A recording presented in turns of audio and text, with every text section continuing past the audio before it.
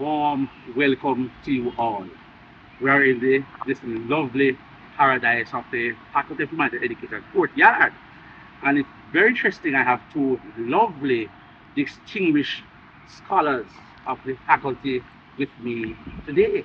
This is Cultural Focus, and it's a pleasure to have Professor Hubert Devenish and also Professor Claudette Williams. Welcome. Thank you very much. We are talking today about the great man, the man himself, Mr. Dr. Walter Rodney, Walter Rodney. So I want to start by asking, first of all, who was Walter Rodney and why is he a significant Caribbean icon? Starting with you first, Professor Williams. Well, first of all, let me declare that I'm not a historian. When in 1968, when Walter Rodney was banned from re-entering Jamaica and declared a first that I was a second year student, just starting my second year. So I never knew Walter Rodney. I never set eyes on the man. He had only been here a year. A year, right? He Yeah, had only been here a year. Yeah. So a lot of what I know of him Right. is based on my involvement in the March. and what I've picked up subsequently. So I know he's a historian, a distinguished Caribbean historian who was very much a master in his time and significance. Um, I approach Walter Rodney because I regard him as the man who brought up the rebel movement. I say this because I've now realized in retrospect. I'm realizing in retrospect that from my early days, from high school and maybe even before, I was a little bit of a rebel. You want to march? I wanted to march. I started by objecting to eating food that I didn't like, and I said, I remember one thing, but I don't like it. Mm-hmm. And the lady said to me, told my father that I was good. But at the time, I got to, a different kettle of fish.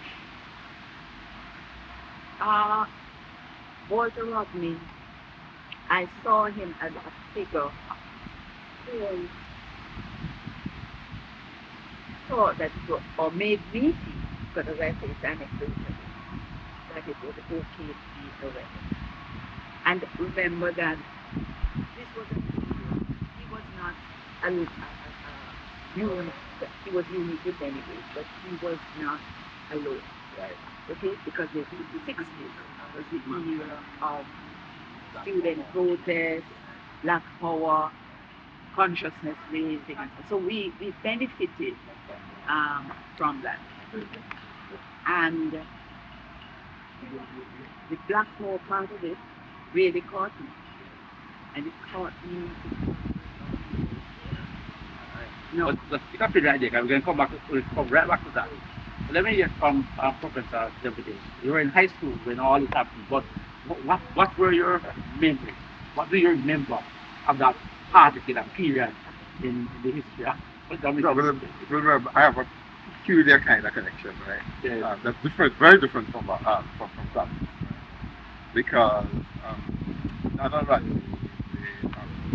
the brother who was in the Caribbean when died, Right. and me were in second standard, right? In 1960 roughly, right? And remember him saying to me that his brother got a scholarship in Jamaica. Right. Got a scholarship, and I immediately thought that must be really bright. And Jamaica is a very, I know Jamaica is a place where some in the Caribbean and they play cricket, and I know they play cricket in dark. No, reason being that Jamaica is 45 minutes behind that. So Right. when we listen to cricket, at 6 o'clock in the evening, Right. right? It's 5:15 here, Yeah. and I wonder how they're playing cricket in the place that, right? So anyways, I know that he got Yeah. to this very important place Right. thing in 1960. And then, so I know he had this brother, right? And Yeah. it can't be not in my category kind of thing. And then, of course, as in Donald now, was my kind of best friend in primary school. And we Right. continued, even though we went to different secondary schools, we kind of, and they live not far, we don't live Yeah. far from each other, Yeah. right? Like 5 minutes walk or thereabouts. So the next thing I know is I see the thing blow up in newspapers and say Walter Rodney. Well, I checked that out, of course, and but I know his brother. And Yeah. you see the big hair. The first thing about the photograph is the hair, right? The hair, Up here, yeah, the afro. black power thing Yeah. and so on, right? And we kind of but it's against the background where I had the year before Jamaica had a thing about expelling gangs, right? Yeah. So the year before, there'd been another guy whose name I forget, who had been expelled for again Yeah. mischief in Jamaica, Yeah. political mischief. And I remember my aunt saying, "Why are when people can't say it's a very story?" So it, it's pretty much Yeah, it's time to say now. Yeah. Like, so I have to figure out now Right. when there's a good thing for guy who used to go to Jamaica and interfere with their story or not. Okay, so that was my Yeah, thing. introduction. Right. So you know, and I read all you know, stuff about Stories, right. about the riots and things. But maybe just the sequence is where I'll be able to talk is what happens the next event, because by the next year, Walter comes back to Ghana and is living staying right in the house where I would normally visit. Well, Liverpool is right there. So- we want to hear so more about that. Right. But that's for later. Yes, Right, yes, okay. that's interesting stuff, man. But going back to your professor William now there, you mentioned something about the here. So Walter's crusade in a sense, I'm calling it crusade in a sense, brought out this idea of African consciousness. Tell us about that. Yes. And tell us about the mark itself, because you're actually literally in the mark itself. Okay, but this little story, this little personal story is very important to tell because I grew up in a nice Christian home. Oh, My father was a bit of a rebel, and I think that's where Oh, I got it from. But my right. mother was a God straight, yes, yes. and you know the rules and what have you. When I went back, round about the same time when I went back, um, the preacher that Sunday talked about UWI as the den of communism. Okay? Now, you know, so I processed that. That is soon after the march. No, this Oh, was before before the the march. march. So this was all Okay, brewing prelude to the march, right, at yes. that time. Just about that time, I decided to wear my hair in an afro. And so I went back home as usual, and the sermon that Sunday included abominations on those who wear an afro duck. Now, that was the beginning of my decision to leave the faith of, I don't say my father, of my mother, because I realized that no matter how I try to explain to them, you know, that the cultural differences and different historical times, they weren't mine. So it's important for me then. But to come to the march, so there was a sense of the injustice that was being done to Walter Rodney by refusing him re-entry into But remember, this was the time of Michael Manley, and he was, you know, as part of political campaigning, he was. It's more Norman Manley though, more Norman Manley than Michael. No, Michael Manley, yes. I remember him addressing us I mean, other younger. Right, younger Michael. Younger Michael. Yes. In the junior common room in People. Yes. And then there were the likes of Ralph Gonzalez. Yes. Or Firebrand. Yes. You know, so there was an ideological ferment at this time. So the day of the march, of course, we all were going to participate because this was excitement. I mean, this was like carnival. You know, at the back of it, we knew that there was an injustice that we were protesting against. but we gathered in the undercroft with people, and as I say, it was, very we were so excited about, taking part in this process. But there was fun as well because we had no model to follow. Okay, so we marched all the way. I remember we marched all the way down to Jamaica. Singing what you guys sang when you marched? I can't remember. I was 18. But we were just, the spirit of camaraderie, Yeah. and Yeah. it was not just, you know, marching for fun. Yeah. It was not just Yeah. carnival. Point. We felt, and I knew that I felt, a deep sense of, sort of anger, but not in a sort of, violent way. But I was upset, at this development. Well, by the time we got to Jamaica House, this thing turned serious. The police started to hurl some tear gas, man, and we were all on the ground. And that was it. We decided back to campus, you know. But, the memory has stayed with us. And the fact that we had a cause. It was not just, and it wasn't just a personal cause. Because as I say, I never set eyes on Walter Rodney. But there was a principle. And we felt that academic freedom was being threatened. And therefore, we felt that we had to join in the movement. I'm going to come back to you again because it's a very interesting turn or sorry, juncture between your own personal liberation and the opportunity provided by Walter. I was going to come up to that. But folks know, so you see that when Walter returned in Ghana. This is well, what happened is that I think Donald tell me it was by the way Cuba after the Jamaica. Yeah. Then there's Cuba, like how you maybe the equivalent to which closest would be like Islamic State or something. So it kind of big up the church thing and so on. So what's my thing and so on. And then what happens after so and then well I must have known that I think that somewhere around late 1969 was arrived back in Ghana. So of course by the time we have big record because the picture started picture the big hair. The most important thing, of course, at that time was the sister Kathleen start wearing Afro thing, and people at the time used to say, "Wish she carried all the hairstyle," and so on and so forth, right?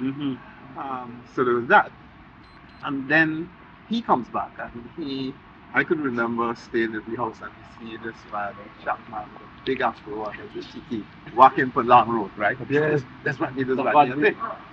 But then, and then I would go to, when I visited Donald, I kind of see he in the background moving. But what was the most interesting thing, well, there are two things that stick. First of all, he came with a whole set of black books about Africa stuff and so on. One of them actually was on Black Cowboys, which I was able to borrow because that was book, right? Black Cowboys. Black Cowboys, right? And don't ask me why that understood it. But more than that, he brought back from Tanzania, this is 1969, chess set made with basically made of ebony and ivory, and they had all the pieces were African style things, right? It wasn't, in other words, it wasn't your usual chess pieces. But I learned to play on that one because he taught Donald to play chess. While he was there, he taught me. Donald taught me because I really so much. So as soon as I wanted to teach, Donald teach me. Yeah. We started to play, and then the man carried me chess set. So we then, after which I had to now learn to play with standard looking pieces, which look quite different from the ones we had. Yeah. Right? So those are kind of anecdotal type things about. So that's my next.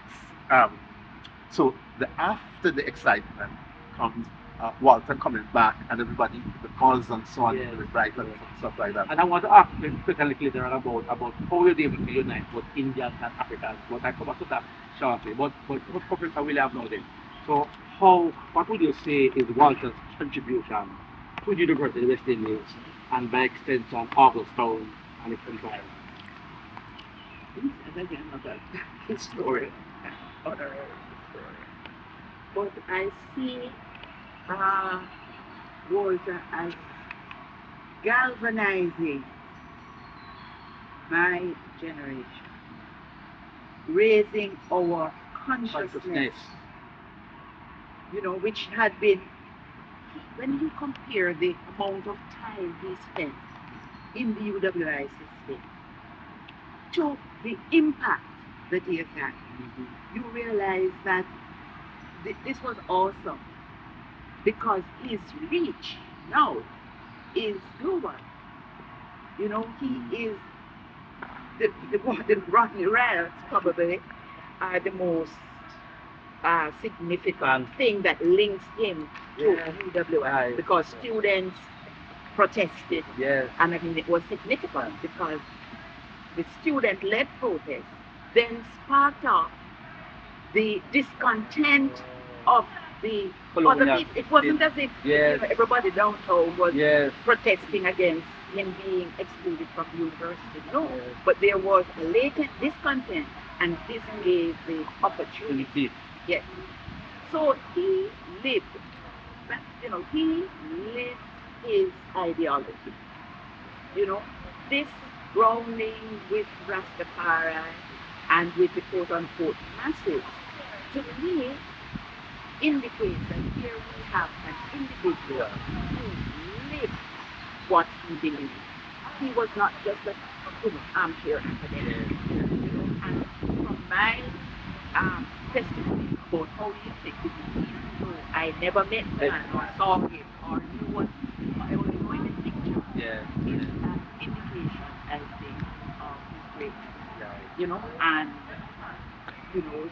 his reach is amazing. I was doing a little bit of research, and I mean, every second university has a Walter Rodney lecture series or a symposium or a pack or what have you. And I mean, all it was just through his activism, and also, more importantly, through his history, because he thought out of the box. Even in his view of Africa. Yes. I was particularly impressed by the fact that did not prevent him from criticizing black leaders. Right. Their main or Right. and evaluate. Which I think is very necessary in any black consciousness, black nationalism movement, that you must be able to be very critical. So he was not going to have anything of just sort of supporting you because you're black. Right. Grenada is a star. No. Right. Beautiful. Thank you so much, Professor Peter Williams. So, Professor Devonish then, so, because what amazed me, I talked about the funeral, by the way, funeral for killing. Yeah. And when I realized that the man has the reach to reach Indians and blacks, and there are few Caribbean leaders. The A&R Robinson tried in Trinidad, and it worked a little bit, but I have never seen another Caribbean leader, say in Guyana and Trinidad, who is able to unite significant Indians and blacks. Do you want to tell me how Well, you able to do that? Well, Rodney comes from Guyana. Rodney comes from a situation where he was growing up. But I mean, I'll talk about the 1953 because I was actually a schoolmate of Walter Rodney who was there. I think died recently. Yes. And in one of the things he had talked about was arriving at King's College, I think, in 1953, in the year when the British suspended the Constitution and arrested the entire government. Right. We had internal self-government, and they thought that the government at the time was communist, and they jailed the whole pack of them, and so on. And so these people arrived in secondary school, facing a British army occupation.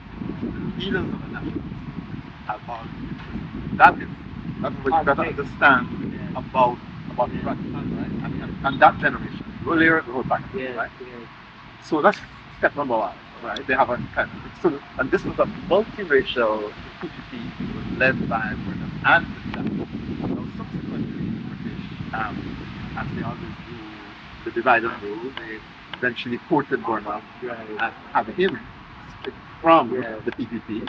And in so doing, it eventually emerged into an African Indian split. By the time Walter was in Jamaica, had the PNC, which was the African part of that nationalist movement in power, but also rigging elections and allied with the United States and Britain, etc. So this is an African, with Walter's relationship now with Ghana, this is an African critical of an African government that is siding with imperialists, as we describe it, yes.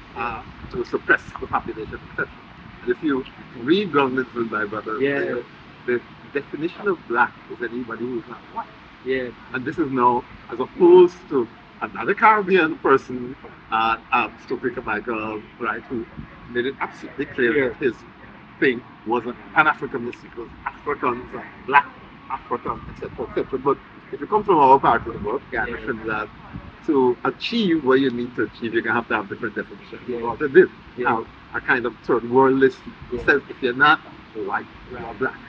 That would be the first bit. I mean, I will tell you what then happened when he actually come back to the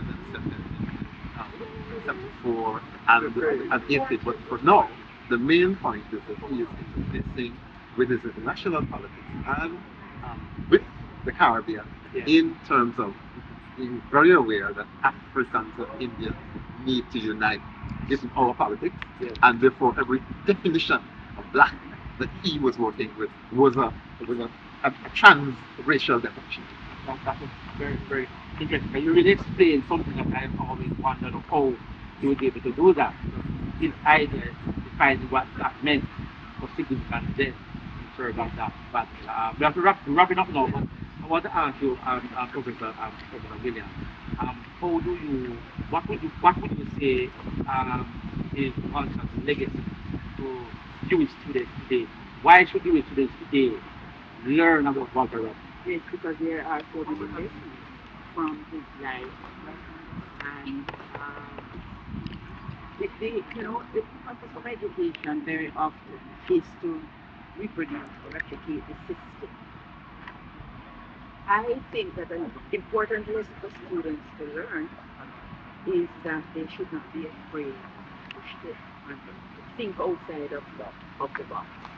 So that would be the absolute lesson number one. Lesson number two is that they should be activists, not necessarily going out there and waving flags and so on, but activists in the sense of living those principles that they believe in. So very much. Devilish, your last words. What would be again similar the lesson you want youth today to learn about Walter Rodney? Why is that significant in the Caribbean icon? That's a tough one, but I guess I suppose the idea that we are privileged as academics. The taxpayer pays for us to be who we are. This is not about being an academic to get a university education. Yes, we want a nice job and a house and a car. But the hungry taxpayer who is paying GCP out there for us is in order that we should provide leadership and we should provide alternatives for the society. That is our commitment and our responsibility. And I would say, if nowadays these students need anything from the Walter Rodney, it's that commitment to the fact that we are here because they pay taxes. What a way to end in this part of this podcast. I want to thank you so very much, Professor Williams, for enlightening on Walter Rodney, and really, really commend that we must conquer the battle, pass the battle to others as he has done. And it did hurt. So thank you very much. This is Culture in Focus, but thank you so very much. We catch you again next time. Walk.